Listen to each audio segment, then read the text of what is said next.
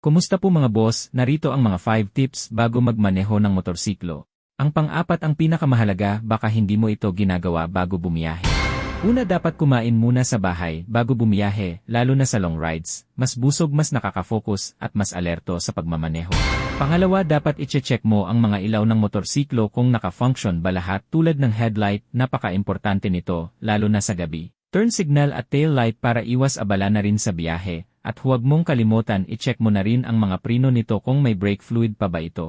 Pangatlo, para sa akin isa ito sa napaka-importante, dapat magsuot ng helmet bago bumiyahe sa malapit man na pupuntahan o sa mahabang biyahe, pero sa madalas na pagkakataon sa mga riders na hindi nag-helmet. Lalo na sa probinsya ay yung malapitan lang na biyahe. Parang nakalagay na kasi sa mindset ng ibang riders na malapit lang ito, pero huwag na natin gayahin ang mali, dapat magsuot ng helmet at gloves bago bumiyahe. Pang-apat, maraming makakarelate nito.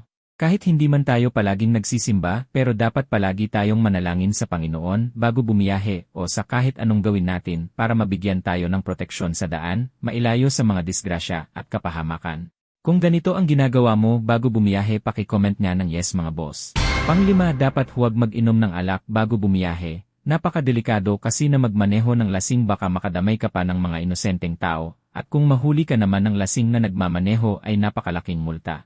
At dagdag gastos na naman, kaya kung hindi mo talaga mapigilan uminom ng alak, dapat sa bahay ka na lang para walang problema at safe ka pa.